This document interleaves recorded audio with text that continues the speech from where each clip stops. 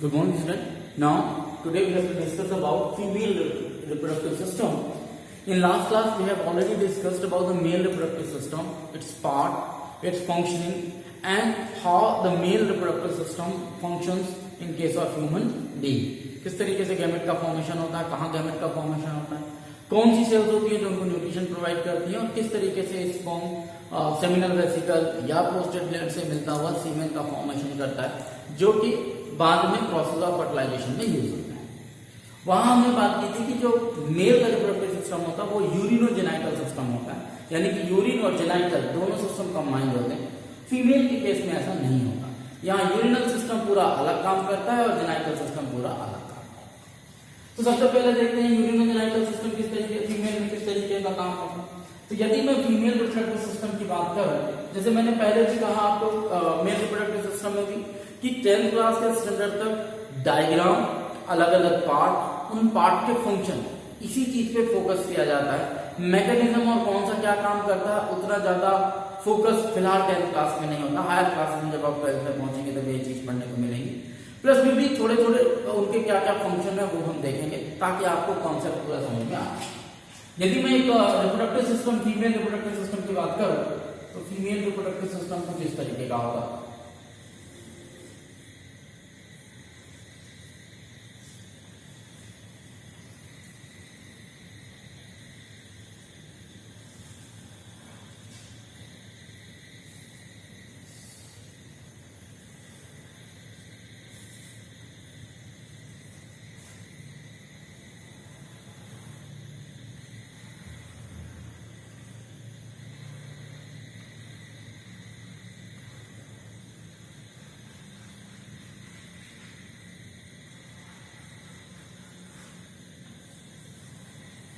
कुछ इस तरीके का फीमेल रिप्रोडक्टिव सिस्टम आपको देखने को मिलेगा। यहां पर आपको इस तरीके के दो स्ट्रक्चर दिखाई देंगे, जो कि कुछ फिलामेंट के थ्रू ऐसे पकड़े हुए हैं। दरअसल ये एक कंप्लीट फीमेल रिप्रोडक्टिव सिस्टम है, जहां पर ये और ये दोनों क्या है, ovary, a pair of ovaries are present in case of female। जैसे टेस्टिस में, सॉरी, मेल रिप्रोडक्टिव सिस्टम में टेस्टिस थे जो कि मेल रिप्रोडक्टिव ऑर्गन थे जिनसे स्पर्म का फॉर्मेशन होता था।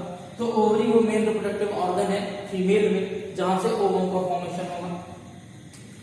ओवरी से लगा हुआ जो पोर्शन होता है, इस पूरे के पूरे ये ट्यूब लाइक स्ट्रक्चर को हम कहते हैं क्या, फैलोपियन ट्यूब।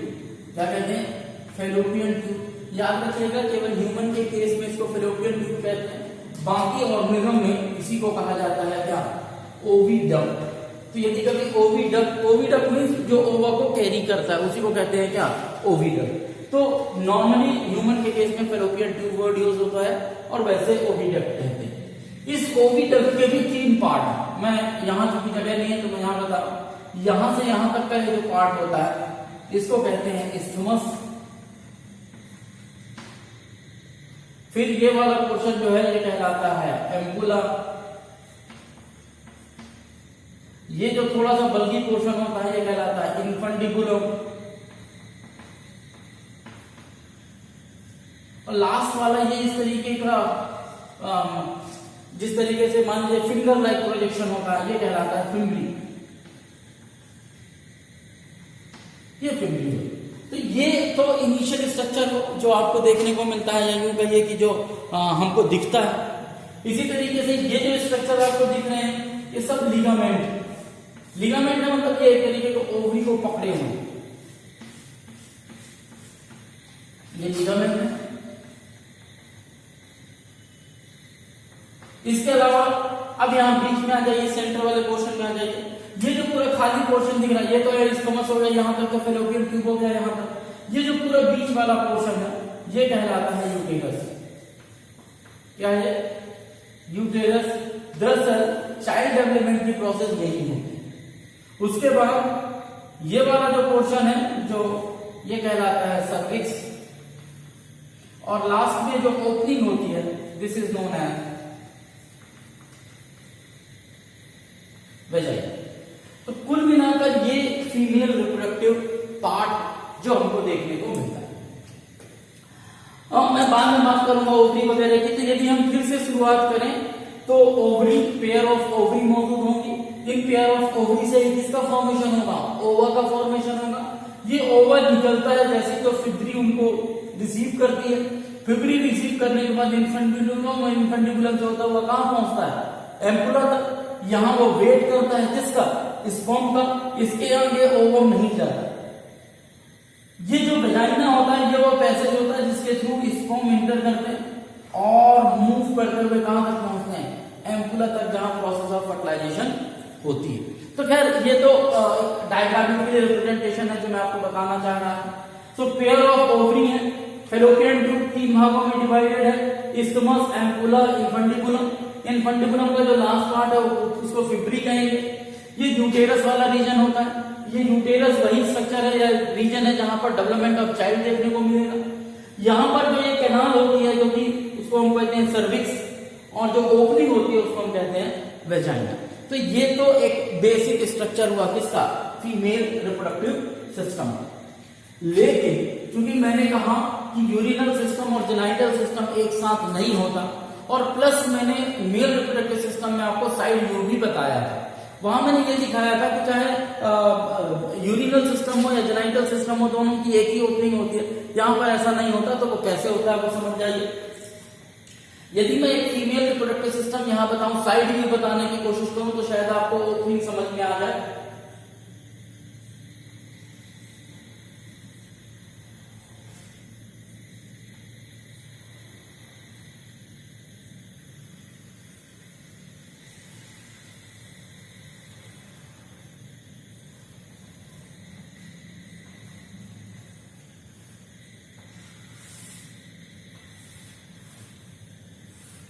कुछ इस तरीके का स्ट्रक्चर होता है फीमेल रिप्रोडक्टिव सिस्टम का। शायद अभी आपको समझ में नहीं आ रहा हो। दरअसल ये जो पोर्शन होता है ये होता है यूरिनरी ब्लैडर।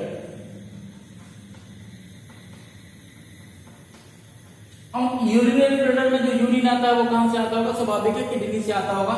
ये साइड व्यू, और इसकी जो ओपनिंग होती है ये कहलाती है यूरेथ्रा। जबकि ये जो दूसरी ओपनिंग है this is known as vagina,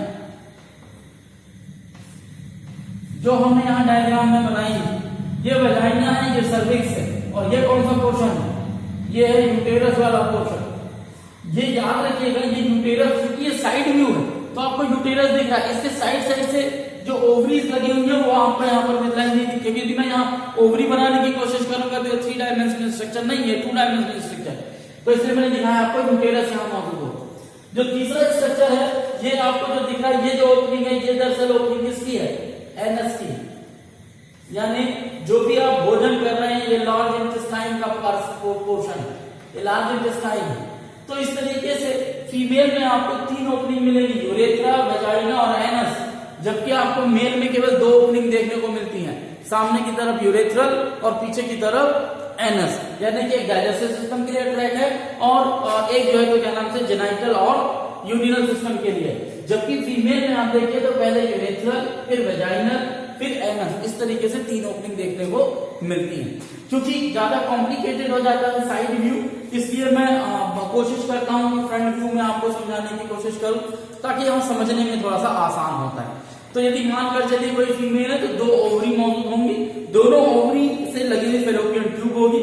fallopian tube अंततः जाके एक कैविटी में जुड़ेगी, एक बैक लाइन स्ट्रक्चर में आकर जुड़ेगी जिसको यूटेरस कहते हैं, जहां चाइल्ड डेवलपमेंट होता है एक्चुअली में, और वही यूटेरस बाद में सर्विक्स और वेजाइना का फॉर्मेशन करे।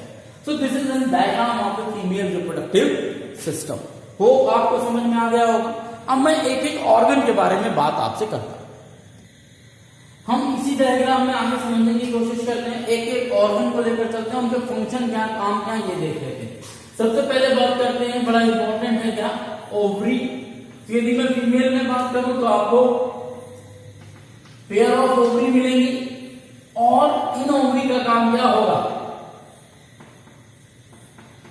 प्रोडक्शन ऑफ ओवा या ओवम, या आप दूसरे शब्दों में इनको कह सकते हैं क्या, फीमेल गैमेट। और ये फीमेल गैमेट कैसा होगा, हैप्लॉइड होगा, जिस तरीके से स्पर्म हैप्लॉइड था और स्पर्म और ओवा मिलने के फ्यूजन से डिप्लॉइड स्ट्रक्चर बना जायगोट का फॉर्मेशन हुआ, ठीक ओवरी का भी काम क्या है, पेयर ऑफ ओवरी है जिनसे किसका प्रोडक्शन होगा, ओवम का प्रोडक्शन होगा और फीमेल गैमेट का फॉर्मेशन होगा, हैप्लॉइड का फॉर्मेशन होगा।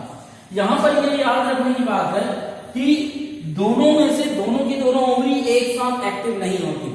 फीमेल में एक टाइम पे एक ओवरी एक्टिव होती है और दूसरे टाइम मतलब दूसरे साइकिल पे दूसरी ओवरी एक्टिव होती है। वो क्या है, कैसा साइकिल है, वो मैं बाद में आपको समझाने के बाद, या यूं कहिए पार्ट खत्म होने के बाद जब हम मेंस्ट्रुअल में आएंगे तब उस पर बात करेंगे। तो आप ये समझ जाइए, at a time only one ovary is active.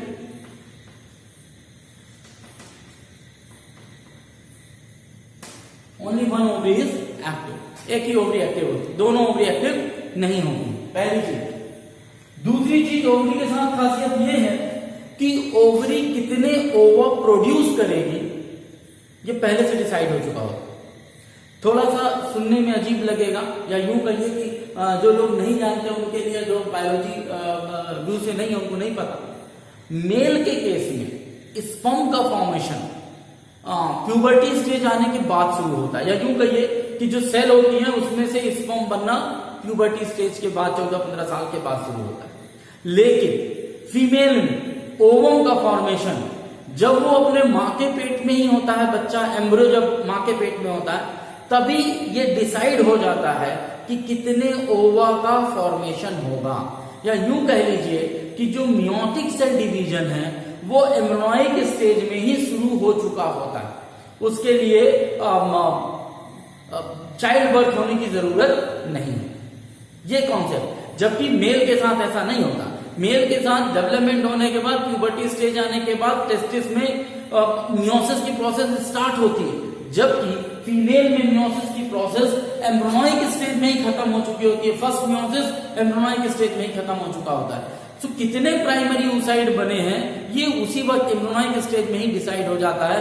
यहां केवल वो प्राइमरी oocyte निकल कर आगे सेकेंडरी oocyte या ओवम फॉर्मेशन में आगे पार्टिसिपेट करते हैं। तो जितने बनने ये पहले ही डिसाइड हो चुका होता है। तो आप कह सकते हैं कि at a time only one ovary is active, पहली बात तो ये। दूसरा, एट एम्ब्रियोनिक स्टेज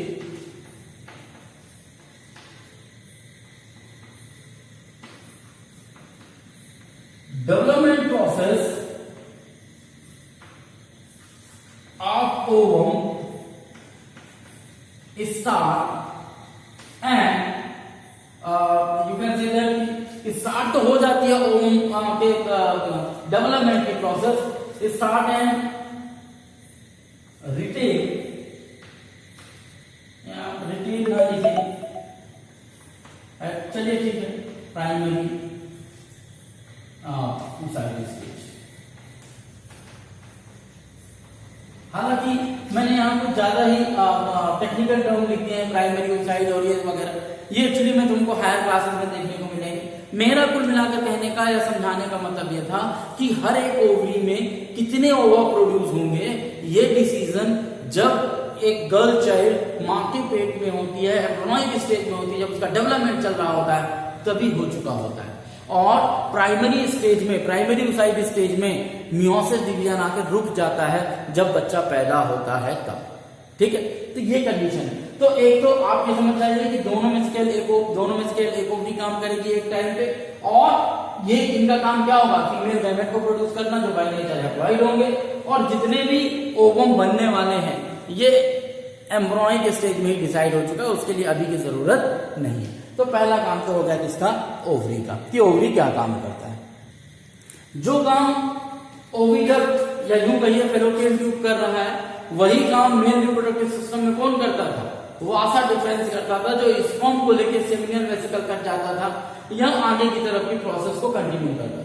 यहाँ फैलोपियन ट्यूब का काम क्या है, ओवम से जो भी ओवरी से जो भी ओवम रिलीज हुए उनको कैरी करके आगे की तरफ ले जाना for the process of fertilisation. तो फैलोपियन ट्यूब की यदि मैं बात करूं तो 3 पार्ट है। सबसे पहला है इन्फेंटिबुलम, देन एम्पुला, और लास्ट में आता है आस्टियम। दरअसल ये 3 पार्ट है और फेलोपियन ट्यूब के इस वाले पार्ट में एम्पुला में ओवम जाके क्या हो जाता है, खड़ा हो जाता है, रुक जाता है और वेट करता है किसका,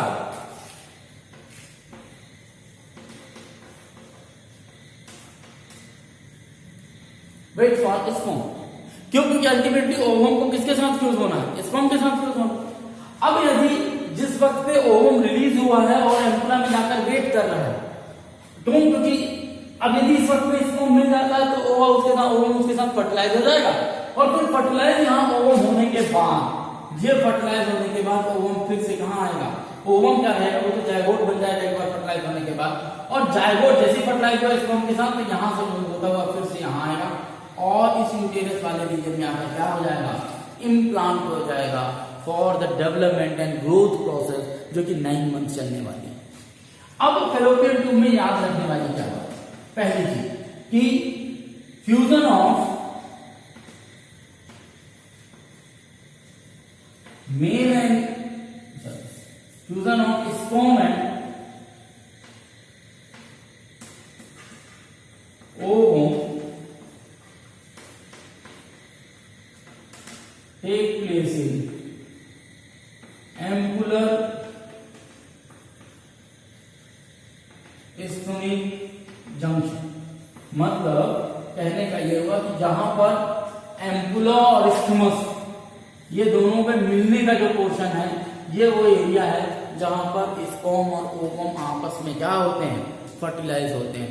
कई बार ये ऑब्जेक्टिव टाइप में क्वेश्चन आता है कि जो ओवम रिलीज हुआ ओवरी से और जो स्पर्म इंटर करता है वो कहाँ फर्टिलाइज होता है, तो नॉर्मली बच्चे लिखते हैं कि यूटेरस में, आप लोग लिखते हैं कि यूटेरस में फर्टिलाइज होता है और वहीं इम्प्लांट होता है। No, answer is not true.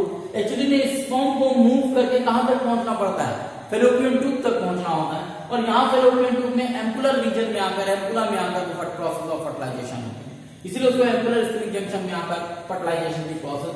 और एक बार फर्टिलाइजेशन हो गया, जायगोट बन गया, तब ये जायगोट मूव करके आता है और कहाँ, यूटेरस में आके इम्प्लांट होता है। तो आपको मैंने ओवरी के बारे में बात कर ली, हमने बात कर ली फेलोपियन ट्यूब के बारे में। अब चलते हैं किसके बारे में, यूटेरस के बारे में। देखिए फीमेल का बड़ा इंपॉर्टेंट पार्ट है ये यूटेरस। इन्वर्टेड पेयर शेप इस तरीके का स्ट्रक्चर होता है, जिस तरीके नाशपाती आपने देखा हो तो उसका उल्टा नाशपाती को आप कर दीजिए, जैसे शेप होता है तो वैसे दिखाई देता है, पेयर शेप दिखता है। और यूटेरस का काम क्या है, it provide space for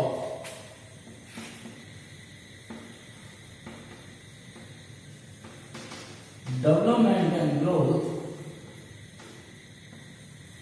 of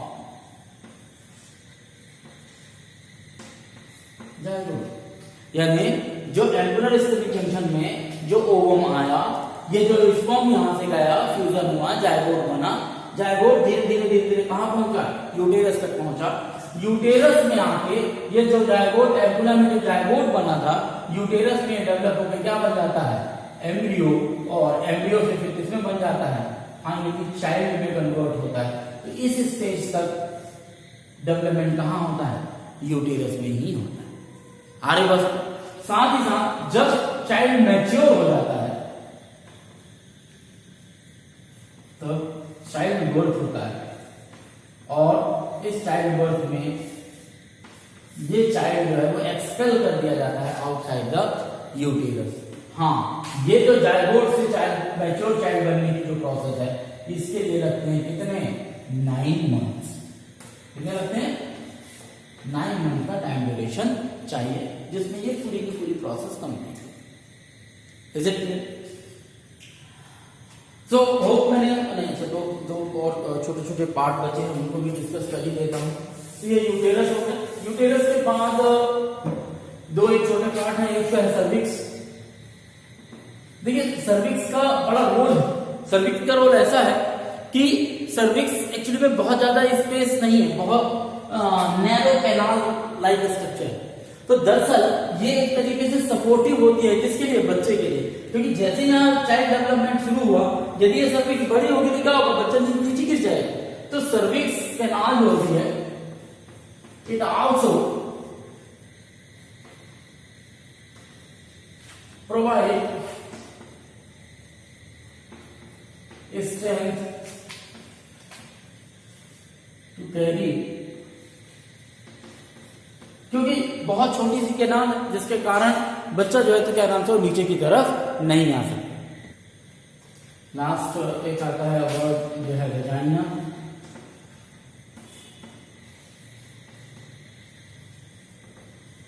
opening of female genital tract,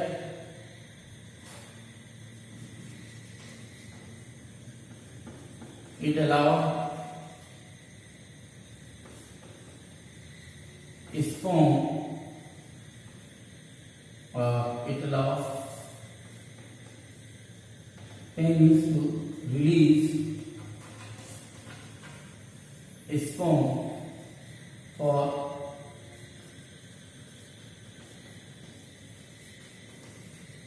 fertilisation. तो इधर से एक ओपनिंग है जो पेनिस को अलाउ करती है रिलीज करे स्पर्म को, ताकि प्रोसेस ऑफ फर्टिलाइजेशन हो सके।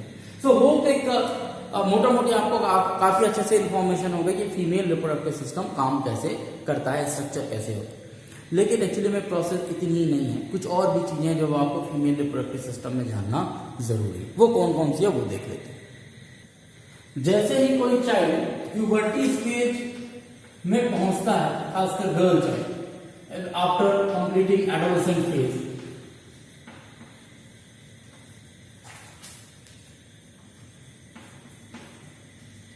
बहुत सारे चेंजेस देखने को मिलते हैं फीमेल बॉडी प्यूबर्टी स्टेज में, चाहे वो ब्रेस्ट का डेवलपमेंट हो, चाहे वाइस की बात हो। एक वर्ड आता है मेंस्ट्रुअल साइकिल का स्टार्ट।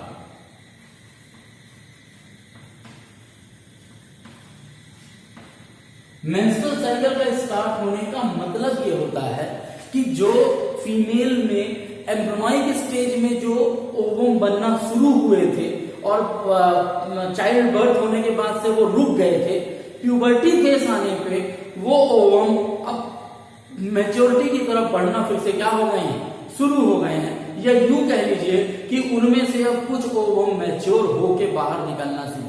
मेंस्ट्रुअल का मतलब यही है कि जो ओवम एम्ब्रियोनिक स्टेज में शुरू हुए थे और 9 महीने तक डेवलप होते रहे, जैसे ही चाइल्ड बर्थ हुआ तो वो उनकी ग्रोथ वहीं पे रुक गई। एक स्टेज आती है जहां पर वो रुक जाते हैं और उसके बाद जब तक फीमेल का प्यूबर्टी फेस नहीं आता तब तक वो उसी स्टेज पे रुके रहते हैं। जैसे ही प्यूबर्टी फेस आता है इसका मतलब ये है कि वो जो रुका हुआ ओवम का जो फॉर्मेशन है ओवरी में वो फिर से स्टार्ट हो गया है। ये मेंस्ट्रुअल एक तरीके से इंडिकेट करता है। तो मेंस्ट्रुअल साइकिल इंडिकेट करता है ovulation process in female. Ovulation मतलब ओवम का रिलीज, ओवम का रिलीज। पर एक्चुअली में ओवम रिलीज को मेंस्ट्रुअल साइकिल नहीं कहते। ओवम रिलीज को हम क्या कहते हैं, ओव्यूलेशन। ओवम रिलीज को क्या कहते हैं, रिलीज ऑफ ओवम। इसको हम कहते हैं ओव्यूलेशन। मेंस्ट्रुअल एक प्रोसेस है जिसको कहते हैं, अभी 2 मिनट में समझ में आएगा। अब होता क्या है, देखिए मैंने कहा कि किसी भी फीमेल में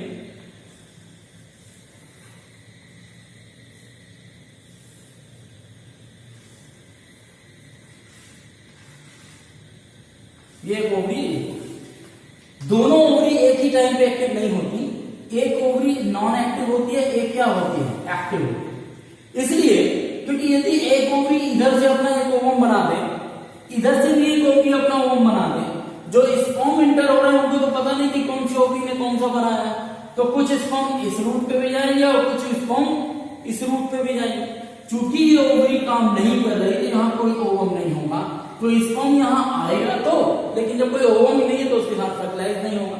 लेकिन जो स्पर्म इस तरफ आएगा वो यहाँ पर यदि ओवम पाएगा तो उसके साथ फर्टिलाइज होकर जायगोट बनाएगा। तो सबसे पहली बात तो यह है कि एट ए टाइम केवल एक ओवरी इसलिए एक्टिव होती है ताकि एक साथ 2 ओवम ना डेवलप हो जाए, क्योंकि यूटेरस में 2 ओवम को सर्वाइव कराने के लिए, डेवलप कराने के लिए काबिलियत उतनी नहीं होती, इसलिए एट ए टाइम एक ही होता है। कुछ रेयर केसेस आते हैं जहां पर 2 बच्चे होते हैं, 3 बच्चे होते हैं, बट नॉर्मल कंडीशन में एट ए टाइम एक ही ओवरी एक्टिव रहती है। आ रही बात? जहां पर 2 बच्चे या 3 बच्चों का भी सवाल होता है वहां पर भी ओवरी एक ही एक्टिव होती है, कुछ दूसरे कारण से वो 2 या 3 बच्चे होते हैं, वो कभी हम बाद में डिस्कस करेंगे। तो ये ओवरी एक ही ओवम को रिलीज करती है। अब आगे क्या होता है? अब आपको ऑब्जर्व कीजिए क्यों नहीं, क्यों ऐसा होता है? वो ऐसा इसलिए होता है क्योंकि हर एक ओवरी का अपना एक 28 डेज का साइकिल होता है।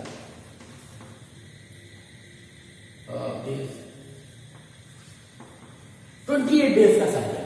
ये 28 डेज का साइकिल क्या होता है? 28 डेज का साइकिल ये होता है कि कोई भी ओवरी जब आपने किसी ओवम को, यानी जो प्राइमरी ओवम का स्ट्रक्चर होता है जिससे ओवम बनने वाला है, उसकी शुरुआत करती है, तो उसकी शुरुआत से लेके और उसके डेवलपमेंट तक की प्रोसेस 14 से 15 दिन की होती है या 14 दिन की होती है, 14 दिन की होती है। 14वें दिन आते आते तक ये जो एम्ब्रियोनिक टाइम पे, यानी बच्चा जब मां के पेट में था, जब ये सेल बना था उसी में हो रही, ये तो पहले से डिसाइड है कितनी सारी बन गई, 5000 बन गई है, 500 बन गई है, उन्हीं में से एक सेल आगे आएगी और ओवम का फॉर्मेशन करने की प्रोसेस पे आएगी। तो 14 दिन में वो इतनी मैच्योर हो जाती है ये सेल कि इसके अंदर का ओवम जो है वो क्या हो जाता है? मैच्योर हो जाता है, यानी कि अब ओवरी से निकलने के लिए तैयार है। दरअसल ये ओवम तो नहीं होता, ये सेकेंडरी oocyte होता है, लेकिन आप अपनी जानकारी के लिए इसको ओवम ही समझिए। और 14वें दिन क्या होता है? 14th डे में ये टूटती है बॉल और ये ओवम बाहर निकलता है। जब ये ओवम बाहर निकलता है तो इसी ओवम को ये फिब्री क्या करते हैं? रिसीव कर ले। ये ओवम था, ये बाहर निकला, इसको इस फिब्री ने क्या कर लिया? रिसीव कर लिया। अब जैसे ही ये 14th डे में यहां रिसीव हुआ, इसके बाद ये ओवम जाकर कहां रुक जाता है? एम्पुला में रुक जाता है। ये मैंने आपको पहले ही बताया था। अब अगले 8 से 10 दिन, ये 14 दिन तो ये होता है, अगले 8 से 10 दिन ये वेट करता है किसका? स्पर्म का। यदि इस बीच इसको मिल गया तो फर्टिलाइज होगा, नहीं मिला तो फर्टिलाइज नहीं होगा।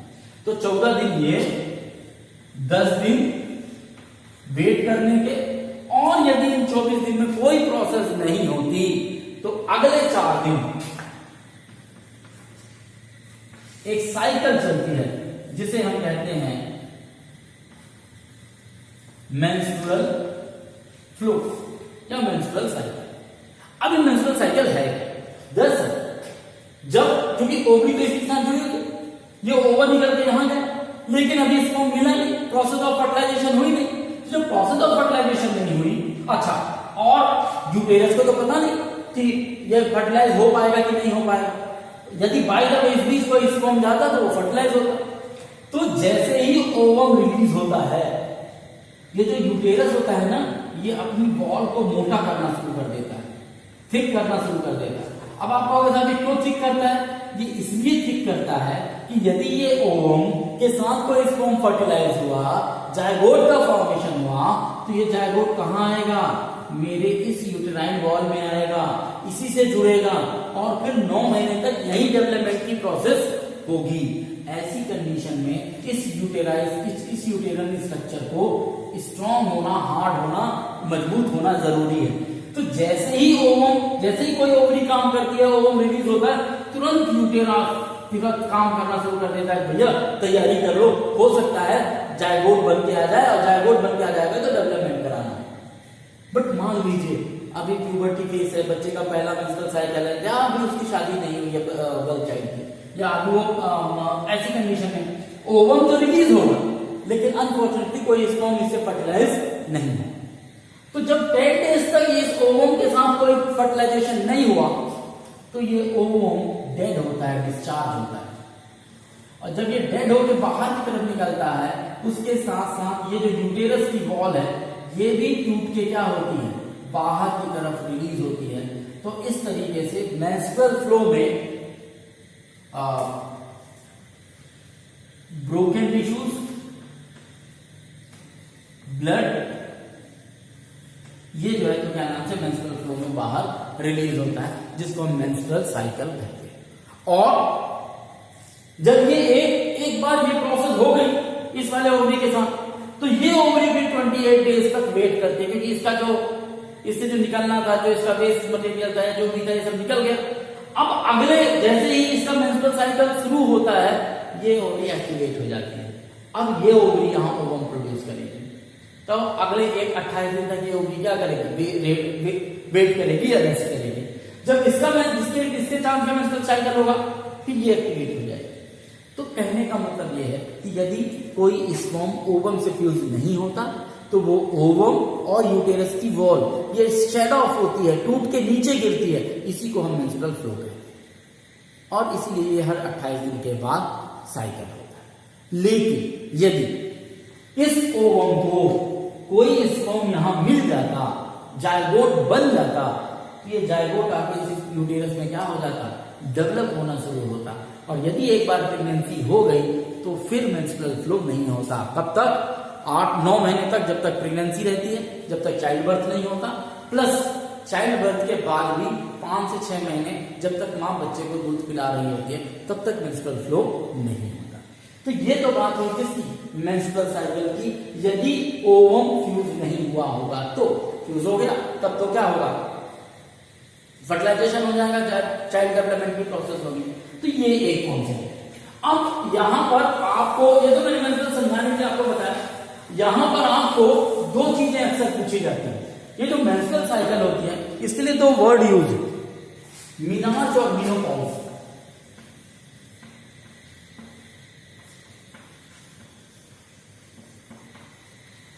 दरअसल ये मेनार्च वर्ड जो है, ये जो भी फीमेल जो है, जो मान लीजिए जैसे जिसने प्यूबर्टी फेज जस्ट पार किया 14 साल 15 साल, तो जो फर्स्ट मेंस्ट्रुअल साइकिल है, फर्स्ट मेंस्ट्रुअल साइकिल उसी को हम कहते हैं क्या? मेनार्च कहते हैं, जो कि 12 से 15 साल के बीच कभी भी आ सकती है, डिपेंड करता है कि बच्चे की हेल्थ या ग्रोथ कैसे है। उसी तरीके से फीमेल की जब एज 50 के आसपास पहुंच जाती है, लास्ट मेंस्ट्रुअल साइकिल, आपको जानकर आपको बता दूं ये 50-55 ईयर के आसपास की पोजीशन हो जाती है। एक ऐसा एज आता है महिलाओं में जहां फिर वो ओवम डेवलप करना बंद कर देती है, यानी उनका मेंस्ट्रुअल साइकिल रुक जाता है, वो फिर ओवम नहीं डेवलप करती, या यूं कहिए कि फिर वो प्रेग्नेंट नहीं हो सकती। तो लास्ट मेंस्ट्रुअल साइकिल को हम मेनोपॉज कहते हैं और जो स्टार्टिंग का जो मेंस्ट्रुअल साइकिल होता है उसको हम मेनार्च कहते हैं। तो ये 2 वर्ड है जो आपको जानना जरूरी है। तो आपने देख लिया फीमेल रिप्रोडक्टिव सिस्टम, आपने देख लिया मेनार्च और मेनोपॉज क्या होता है, और आपने देख ली मेंस्ट्रुअल साइकिल। मेंस्ट्रुअल साइकिल क्या है? मेंस्ट्रुअल साइकिल दरअसल जो भी ओवर डेवलप हो रहा है वो ओवर डेवलप होने के बाद प्रोसेस में कैसे आएगा। तो यदि वो फर्टिलाइजेशन की प्रोसेस नहीं हुई तो स्वाभाविक है कि वो शेड ऑफ होगा, गिरेगा, टूट के जाएगा, यूटेरस की वॉल भी और ओवा भी। तो ये टूट के गिरना जो यूटेरस का है, ब्लड वेसल्स का है, ओवा का है, इसी को हम मेंस्ट्रुअल साइकिल कहते हैं, या इसी को मेंस्ट्रुअल फ्लो कहते हैं। आ रही बात सर? और इसीलिए आपने देखा होगा क्योंकि यूटेराइन वॉल टूट कर गिरती है, इसीलिए इनिशियल जो मेनार्च की कंडीशन होती है, जो बच्चियों को जो पहला मेंस्ट्रुअल साइकिल होता है उसमें कई बार उनको बहुत तकलीफ होती है। आ रही मेरी बात? क्योंकि पहली बार उनका यूटेराइन वॉल टूट के गिर रहा होता है। एज एन साइंस टीचर ये बात याद रखिए कि यदि 28 दिन, 30 दिन या 24 दिन, 32 दिन, इतने तक के भी गैप के आगे पीछे यदि आपका मेंस्ट्रुअल साइकिल चल रहा है तो वो नॉर्मल की कैटेगरी में है। लेकिन यदि इससे ज्यादा बढ़ता है, आपका 2-2 महीने, 4-4 महीने रुक के मेंस्ट्रुअल साइकिल आता है, इसका मतलब यह है कि आपको कोई प्रॉब्लम है, कंसल्ट विद द डॉक्टर। जो भी डॉक्टर आपके अवेलेबल है उनसे आप करें, क्योंकि ये गर्ल्स के साथ ये प्रॉब्लम देखने को मिलती है। बॉयज में मेंस्ट्रुअल साइकिल जैसा कोई कॉन्सेप्ट नहीं होता। तो होप आपको ये समझ में आ गया होगा। नेक्स्ट क्लास जो होगी उसमें हम बात करेंगे कि डेवलपमेंट कैसे होता है थोड़ा सा, और साथ ही साथ बात करेंगे कुछ कॉन्ट्रासेप्टिव डिवाइसेस के बारे में। तब तक के लिए हैव अ नाइस डे।